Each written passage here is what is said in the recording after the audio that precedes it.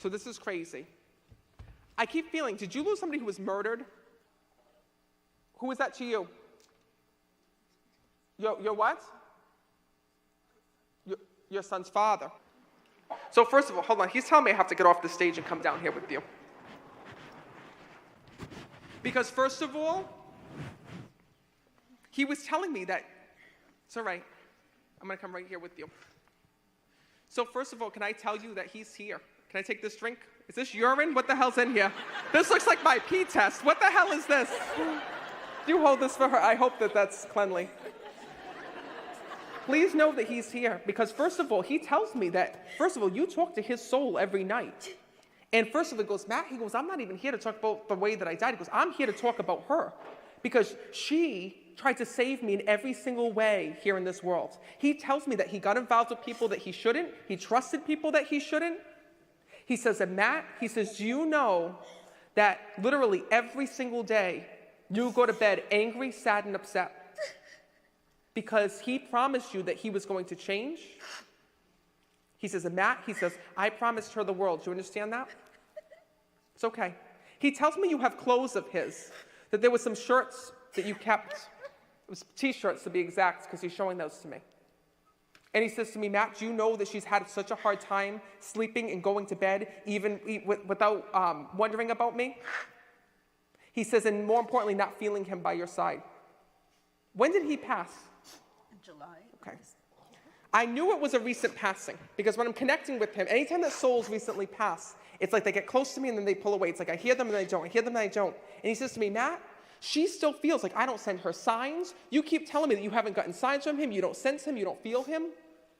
I haven't had a dream with him yet, and I'm waiting for that. He's here today to let you know that, listen, he's still here. What's so crazy is that sometimes we think, right, that we don't get signs from our loved ones, like dreams or things, because they're not there and they're not with us. But sometimes what happens is that we actually block ourselves. We suffer so much. We go through so much heartache, so much pain, so many things that our loved ones can't reach us because we're battling with so much internally. I'm mad at him. I know you are. But hold on. Let me finish what I have to say. Because I have to be honest with you. He says to me, Matt, he says, the one thing that I wish, he says, I wish that I was more responsible here in this world, he tells me. Because when I'm connecting with him, he actually tells me when I'm speaking to him that you gave him chance after chance after chance in your relationship.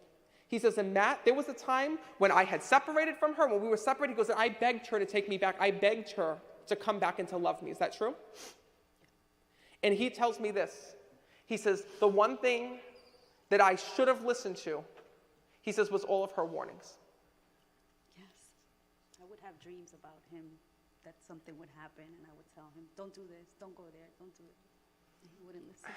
This is such a hard reading to do because when I'm connecting with him, there was so much that he wasn't telling you. There was so many things that he was hiding from you. Mm-hmm. And I'm going to be honest with you, he was involved with some very shady characters here in this world. He was involved with people who did drugs here in the physical world, who sold drugs here in this world. And I keep seeing okay, I don't know how much you know. This is actually weird. He actually just showed me text messages being handed over to the police. So did his phone get turned over to police? Yes. And they found things? Because I keep seeing that there was also a fentanyl ring that was here. Oh my God. That's why I'm mad at him. That's why I'm mad at him. I know. He keeps whispering fentanyl, fentanyl. That's why I'm mad at him. I'm sad. I'm hurt. But I'm mad at him because of that. And we have a son. You have every right to be. And he says to me, Matt, he goes, I'm going to tell her one thing. What the hell am I got? I got all wires sticking out of me. He says to me, Matt, I'm going to tell her one thing. He says, I want to let her know that on the other side, he says, not only am I here watching over her, he says, but I know what I did wrong. He says, but I got to tell her something. He goes, I'm not here to make excuses, but what I am here to tell her is that I had every opportunity to leave these people and to get them out of my life. But I considered them like brothers, he says to me. I considered them family. Do you understand that? Mm-hmm. Yeah. So as much as he would try to get away, he always got dragged back in. Mm-hmm. He says, but the one thing that he needs you to know is this. He talks about you supposed to be getting married here in the physical. So did you talk about getting married? Me and him, yeah. Okay. And it's so tough because he tells me, literally, you were saying in your head, like, we were supposed to get married. We were supposed to do all these things. And instead, I'm planning a funeral. He says to me that, first of all, he goes, I know how much you loved me. He says, but Matt, he goes, there was this inner punk within me that I couldn't get away from, he tells me. Because I got to be honest with you. When he was younger, up until his passing, he tells me that he always used to get himself into trouble here in this world. And he even shows me like him getting kicked out of school when I'm connecting with him, and he couldn't finish school, and he showed me all this bullshit that his mother had to go through, and I literally see his poor mother, oh, she's no bigger than a pint of piss, because he showed me his mother like praying for him, like all the time saying like, God, how am I going to deal with my son? He's driving me crazy. He's getting in trouble with the police. He's doing this. He's doing that. Do you understand that? Know that one of the things is that he says to me this. He says, Matt, please let her know that she gave me every warning. Please tell her that you warned him, you protected him, you did your part. He says, all I had to do was one thing. All I had to do was listen to you. He says, but Matt, I was thick and I was stubborn and I was hard-headed, and that's why we fought, he tells me. Because every time the two of you used to fight here in this world, instead of manning up and coming to you and working out the problems, he would walk away and pretend like nothing had happened. Yes, that was him. He says to me, Matt, there's nothing I can do but to ask her for forgiveness. Because he talks about that son that you have here in this world. And he's telling me this. He says, Matt, the hardest thing is that you have to raise him all alone. And every day, you think about what would he have done? What would he have done if he was here? How would life been different for his son? He says to me, Matt, please thank her for the way that she has kept our son knowing me, loving me, and always reminding him that Daddy's there and with him. Do you understand that? He says to me, Matt, there's a lot of things I would change in my life, but I wouldn't change one thing. I would never change having her, he says, as my child's mother.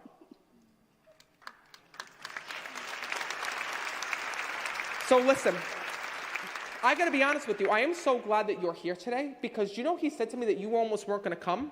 Yeah, sure. They brought me. Oh, so you kidnapped her and brought her? Yeah. Thank you so much, by the way. See? So he says to me, she wasn't even supposed to be here. She wasn't going to come. That's what he keeps telling me. Mm-hmm. But he says to me, Matt, I got to tell her something. He says, every day she has been having such a hard time, even thinking about herself because you're so worried about your son and grieving for your son. He says, Matt, I got to be honest with you. He says, I was not involved in his life the way that I should have been here because I let all these other people control my life. He says, so at the end of the day, I'm going to be very honest with you. And this is the hardest thing I have to say, and I really don't want to say it, but I'm going to tell you what he tells me. He goes, Matt, my son's not missing anything, he tells me. He's not. And that's the thing. That's so true. So true. And that's the hardest thing. You're going to bring me to tears now. Now that I'm a father, I'm freaking emotional all the time. It's like I'm on my period. Oh, God, look, I'm getting teary-eyed myself. I don't normally get teary-eyed. He was in and out of jail, so my son kind of tells me now, like, I'm used to my father not being here. He's hurt. My son is hurt, but he's used to his father being in and out, in and out. It's just now he's not coming back anymore, and that's just hurtful. But know that this is his way of letting you know one thing. He says, Matt, this is the truth. He never needed me. He needed you. So know that as hard as this was for you, your son isn't suffering the same way that you are. So I want you to know that because I know that you're so protective over him because his father tells me. Mm-hmm. But today, he's here for you. Because listen, what I'm going to tell you tonight, there's no way I can heal what you're going through. That's the one superpower that I wish that I had. But I need you to know that he does love you because you came here with one question. And that question is that you had in your heart is, how come he didn't love me? Did he love me? Was his feelings true? And if so, why didn't he change? He says to me, Matt, please let her know that I did love her. I just kept getting dragged in because he's acknowledging that. So listen, he says, I want to let you know that on the other side, he says, not only am I here, he says, but I've had to answer for all the actions that I did. And one of those things was hurting you. And he says to me, Matt, I'm here for one reason. He says, I am here to ask her for her forgiveness. Doesn't have to be today. But please know, he says, after you go through your healing process, he says, please know that I am there waiting. And when the time is right, he says, I will hope that you forgive me. All right? Give her a round of applause. I'm so happy you did come today. Thank you. Thank you so much for being here.